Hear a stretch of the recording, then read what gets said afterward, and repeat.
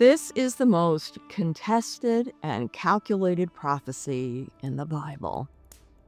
Gabriel lays out a timeline of 77s.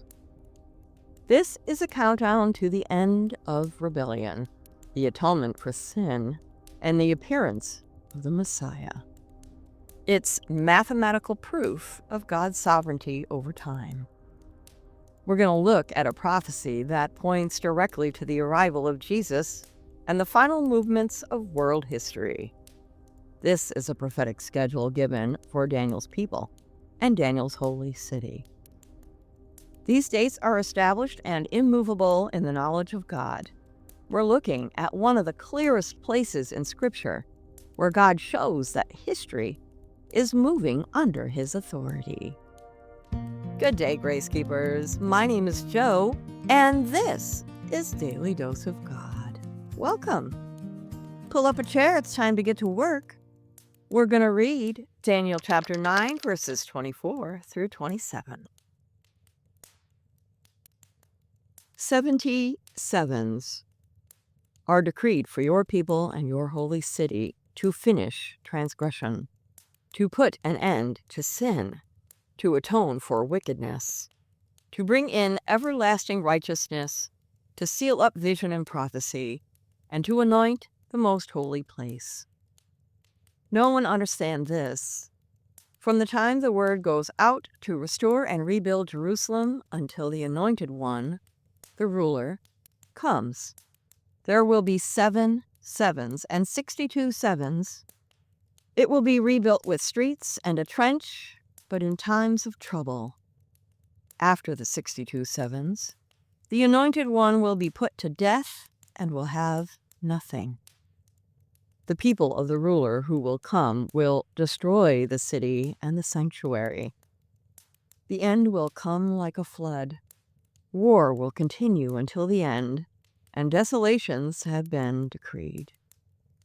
He will confirm a covenant with many for 1 7. In the middle of the 7, he will put an end to sacrifice and offering. And at the temple he will set up an abomination that causes desolation until the end that is decreed is poured out on him.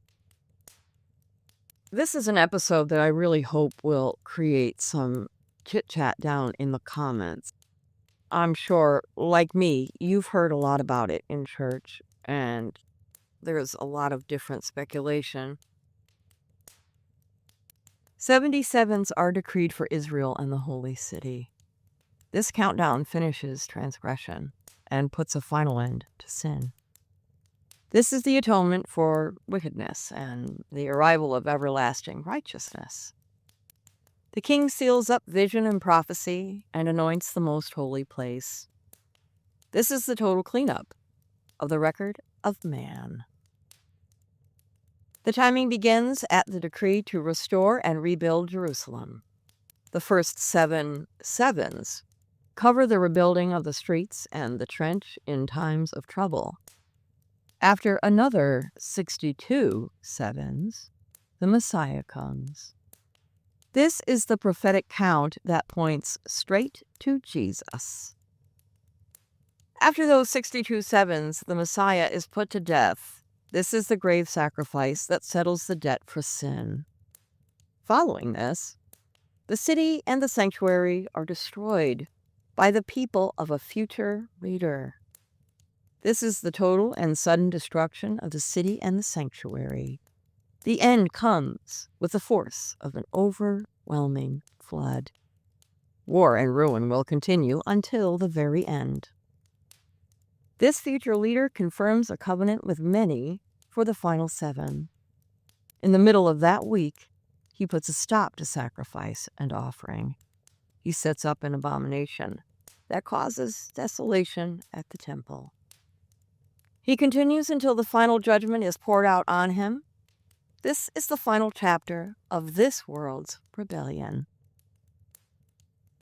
The 7s are weeks of years, blocks of 7 years. 70 times 7 equals 490 years. This is the precise allotment of time for the history of Israel. Gabriel breaks this down into 3 systematic parts. First, 7 sevens, 49 years, cover the period to rebuild Jerusalem.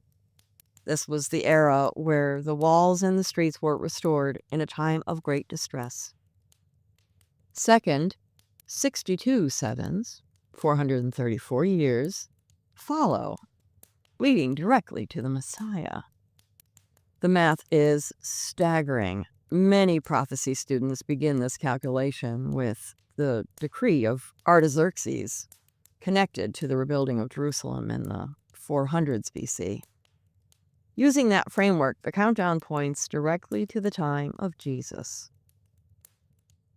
The prophecy says the Messiah will be put to death, which is the specific description of the crucifixion. Finally, there is a remaining 7 that points to a future period where a covenant is made and then broken. This final week of years is the closing chapter for the rebellion of man.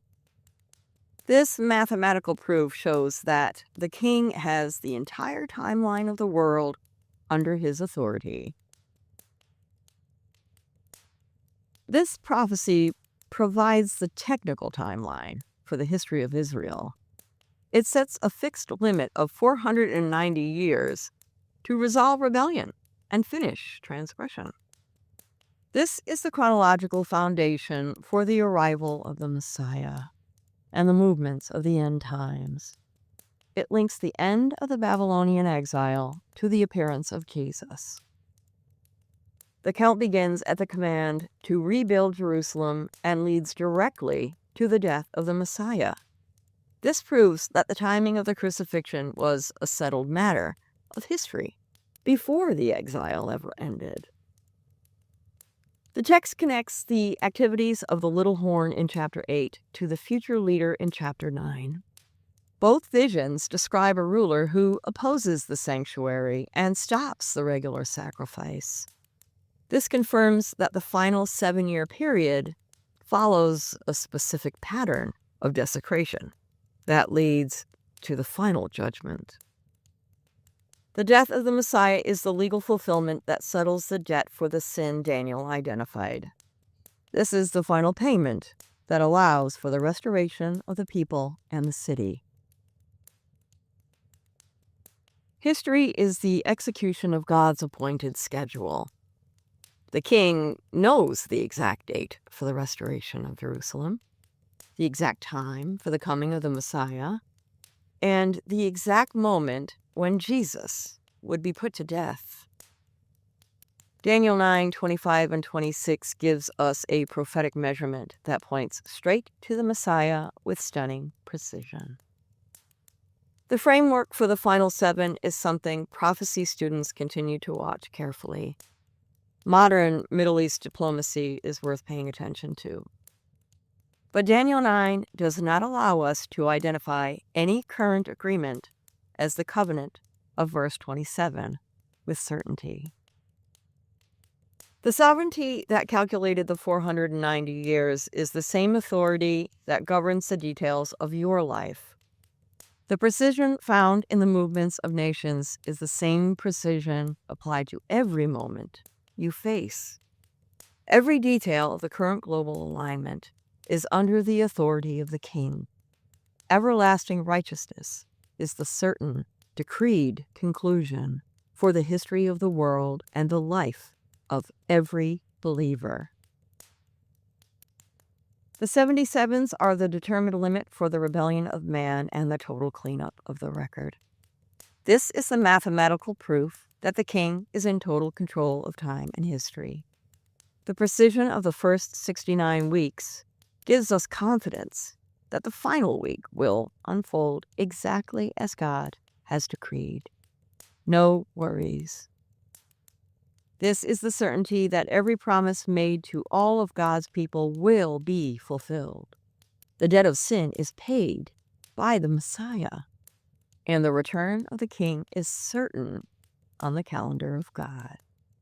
Every geopolitical movement of this hour is under the authority of a plan settled before the foundations of the world. Remember that. Remember that. The focus now shifts from the timeline of the nations to the spiritual war behind the scenes. The next study enters the final vision given to Daniel. This is the revelation of the great conflict and the spiritual strength required to stand in the latter days. Prepare for the arrival of the messenger who brings the final word concerning the end. This is the urgent disclosure of the war that determines the fate of the world. Thank you all for being here. God bless you and yours. And I can't wait to see you Monday for another study. Have a great day, folks. Enjoy your weekend.